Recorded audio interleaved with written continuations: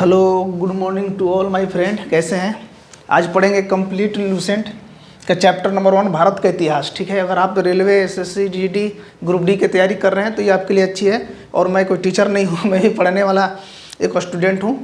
अगर तो हम लोग इसे कंप्लीट पढ़ेंगे और समझेंगे क्या है लूसेंट को। अगर अच्छी तरह से ख़त्म करना चाहते हैं तो उसे आइए हमारे चैनल पर और हम सब मिल के साथ में इसे ख़त्म करेंगे। ठीक है, और साथ में पढ़ेंगे और सारे चीज़ों की तैयारी करेंगे। तो पहले हम लोग पढ़ेंगे भारत का इतिहास। तो देखिए भारत का इतिहास क्या है।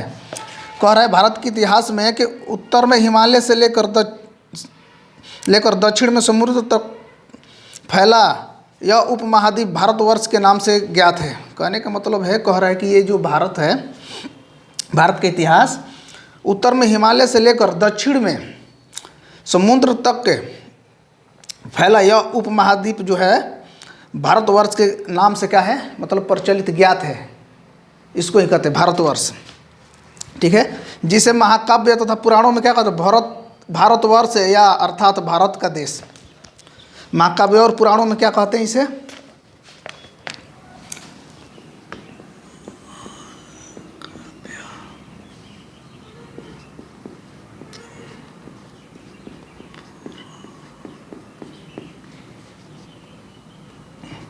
महाकाव्य एवं पुराणों में क्या कहते हैं, वर्ष या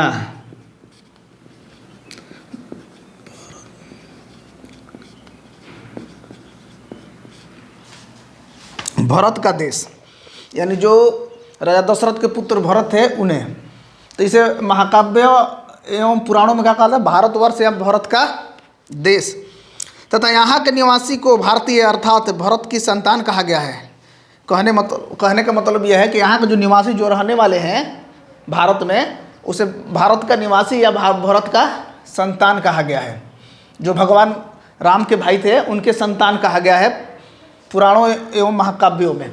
ये तो क्लियर हो गया, यहाँ तक। आगे आते हैं। देखिए कह रहा है कि यूनानियों ने भारत को क्या कहा। यूनानियों ने क्या कहा भाई,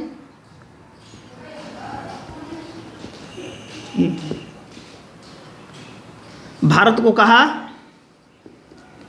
इंडिया। यूनानियों ने क्या कहा, भारत को क्या कहा, इंडिया कहा।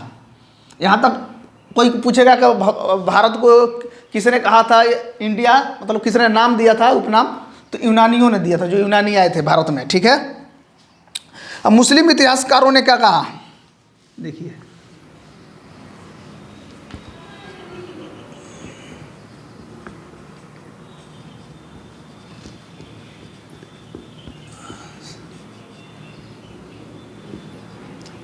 कारों ने क्या कहा भाई, भारत को हिंद,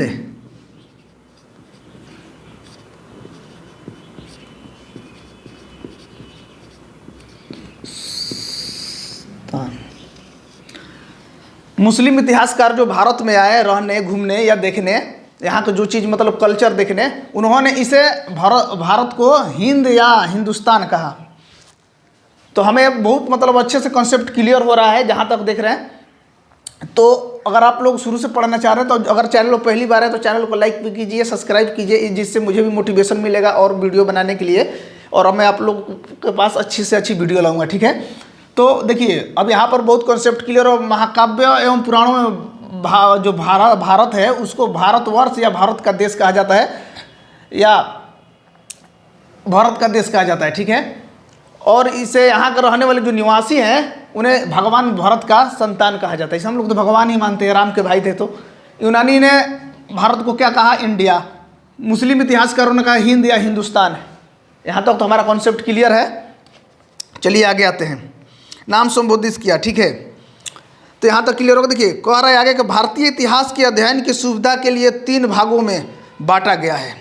देखिए भारतीय इतिहास को जब हम मान लीजिए अध्ययन यानी पढ़ेंगे, पढ़ने के लिए क्या, पढ़ने के मतलब सुचारू यानी सुविधा के लिए 3 भागों में इसे बांटा गया है। कौन कौन है भाई, आइए देखते हैं। पहला में क्या है, पहला में है प्राचीन भारत।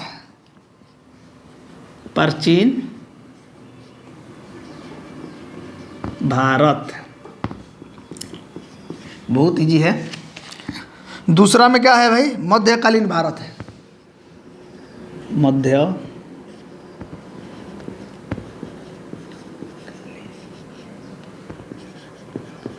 भारत। और तीसरा में क्या है भाई, आधुनिक भारत है।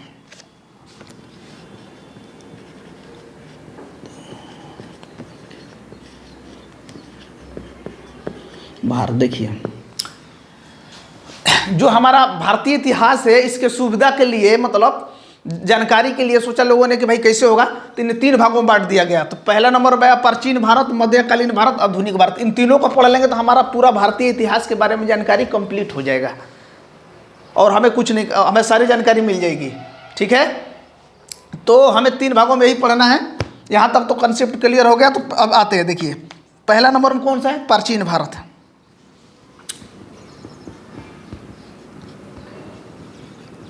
प्राचीन भारत, तो अभी हम इसके बारे में जानेंगे क्या है प्राचीन भारत। देखिए, प्राचीन भारतीय इतिहास के विषय में जानकारी के मुख्य 4 स्रोत से प्राप्त होती है। देखिए, अब इसमें भी कह दिया कि प्राचीन भारत को जानने के लिए इसको भी मुख्य 4 स्रोत है। प्राचीन भारत को जानेंगे हम कैसे भाई, तो इसके भी 4 स्रोत है। वो 4 स्रोत कौन कौन से है, आइए देखते हैं।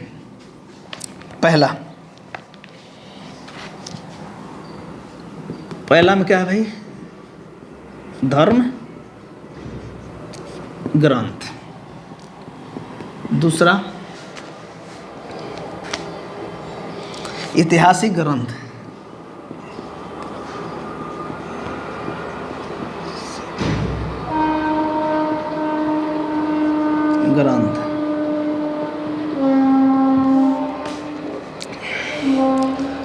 विदेशियों का विवरण।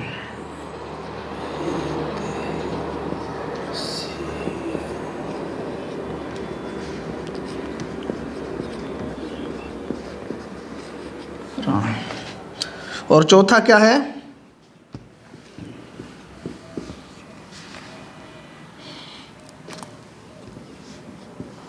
पूरा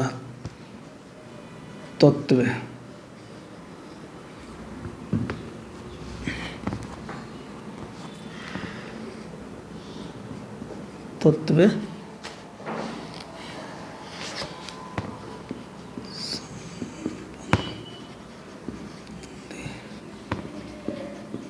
साक्ष्य।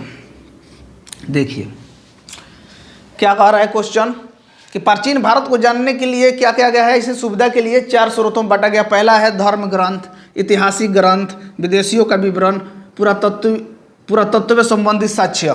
तो धर्म ग्रंथ क्या है, जो हमारे धर्म ग्रंथ ये है जो हमारा धर्म है उसके बारे में विषय में जानकारी दिया गया है। जैसे भगवान हो गए, जो कुछ भी, वो हमारा धर्म ग्रंथ हो गया। ऐतिहासिक ग्रंथ क्या हो गया, जो हमारे इतिहास, जो भारत के साथ इतिहास बीता हुआ है, जैसे राजाओं का विवरण है, जो आक्रमण कर गए विदेशी या आए, वो हमारी ऐतिहासिक विवरण हो गया। ठीक है, ऐतिहासिक ग्रंथ हो गया। जैसे राजा थे, अकबर के बारे में बताया गया, क्या बोलते हैं कि पृथ्वीराज चौहान के बारे में बताया गया, तो वो हो गया ऐतिहासिक ग्रंथ, जिन किताब को पढ़ेंगे। विदेशियों का विवरण, विदेशियों का विवरण वो होता है कि भाई जो विदेशी हमारे देश में आए, यहाँ से नॉलेज गेन करके गए, मतलब प्राप्त करके गए, उसके बाद जो मतलब अंग्रेज ने राज किया, वो विदेशियों का विवरण। पुरातात्विक संबंधित साक्ष्य, पुरातात्विक संबंधित साक्ष्य वो होता है, मान लीजिए कहीं पर खुदाई किया गया, खुदाई करके वहाँ से पुराना कोई मूर्ति निकल गई और या कोई खजाना निकल गया, तो वो पुरातत्व के संबंध में आता है। तो वो पुरातात्विक संबंधित साक्ष्य जो मिला, जैसे भगवान परशुराम की फरसा मिल गई खुदाई करते समय, तो वो पुरातात्विक संबंध हो गया, साक्ष्य हो गया। तो इसलिए इनके वजह से ये भारतीय प्राचीन सभ्यता का वो होता है, मतलब जानकारी होती है। देखिए तो आगे क्या कर रहा है, धर्म ग्रंथ में ऐतिहासिक ग्रंथ से मिलने वाली महत्वपूर्ण जानकारियाँ, क्या कह रहा है, धर्म ग्रंथ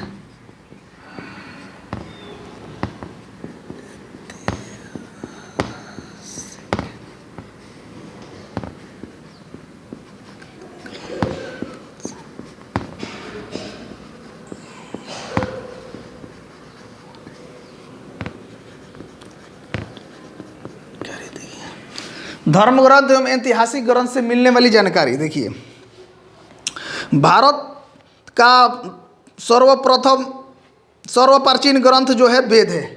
भारत का सर्व प्राचीन जो ग्रंथ क्या है? वेद है, जिनकी संकलनकर्ता महर्षि कृष्ण द्वैपायन वेद व्यास को माना जाता है। वेद कितने प्रकार के होते हैं? 4 प्रकार के होते हैं भाई। देखिए कौन कौन से होते हैं वेद।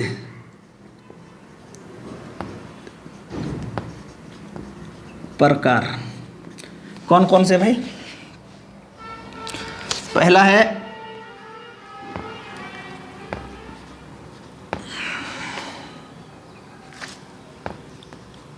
ऋग्वेद, दूसरा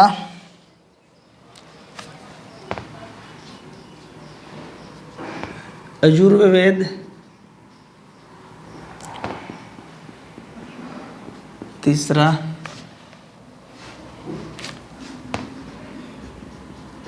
सामवेद, चौथा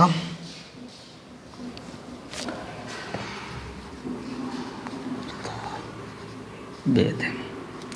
ठीक है, कह रहा है कि देखिए धर्म ग्रंथ एवं ऐतिहासिक ग्रंथ से मिलने वाली जानकारी क्या है भाई?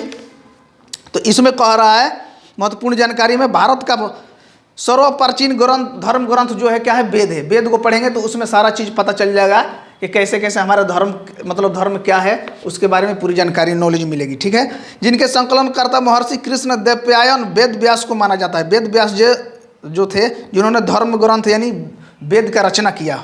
ठीक है, और वेद को कितने प्रकार होते हैं? 4। वेद के प्रकार जो 4 होते हैं, ऋग्वेद, यजुर्वेद, सामवेद एवं धर्मवेद, अर्थोवेद। ठीक है, अर्थोवेद ये हमारा अर्थोवेद यानी हमारा वेद 4 ही हैं।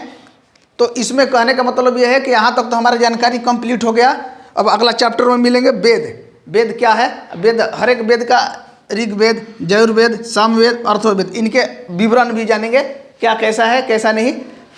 तो हमारे वीडियो अगर लास्ट तक देखे हैं तो इसके लिए थैंक यू सो मच। और वीडियो को ज़्यादा से ज़्यादा शेयर कीजिए, लाइक कीजिए, और तब चैनल पहली बार है तो सब्सक्राइब कीजिए, जिससे कि और सारी वीडियो जो है जिनकी नोटिफिकेशन आपके पास पहुँचे। Thank you so much.